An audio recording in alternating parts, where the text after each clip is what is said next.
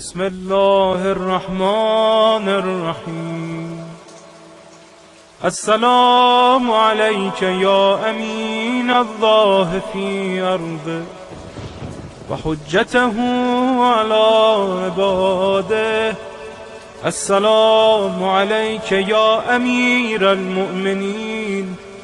اشهد انک جاهدت فی الله حق جهاده وعملت بكتابه واتبعت سنن نبيه صلى الله عليه وآله حتى دعاك الله إلى جواره فقبضك إليه باختياره والزم أعداءك الحجة مع ما لك من الحجج البالغة على جميع خلقه.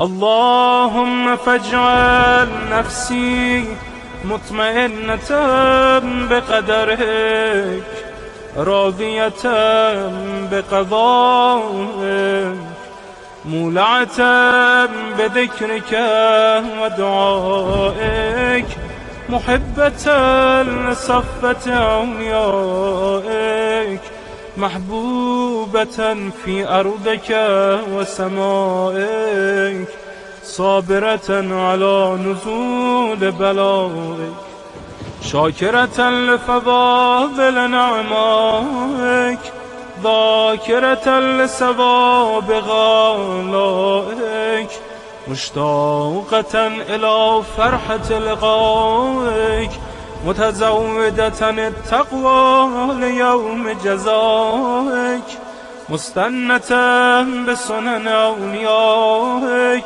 مفارقة لأخلاق أعدائك مشغولة عن الدنيا بحمدك وثنائك. اللهم إن قلوب المخبتين إليك والها وسبل الراغبين إليك شارعا وأعلام القاصدين إليك واضحا وأفئدة العارفين منك فازعة وأصوات الداعين إليك صاعدا وأبواب الإجابة لهم مفتحة ودعوة من ناجاك مستجابة وتوبة من أناب إليك مقبولة وعبرة من بكى من خوفك مرحومة والإغاثة لمن استغاث بك موجودة والإعانة لمن استعان بك مبذولة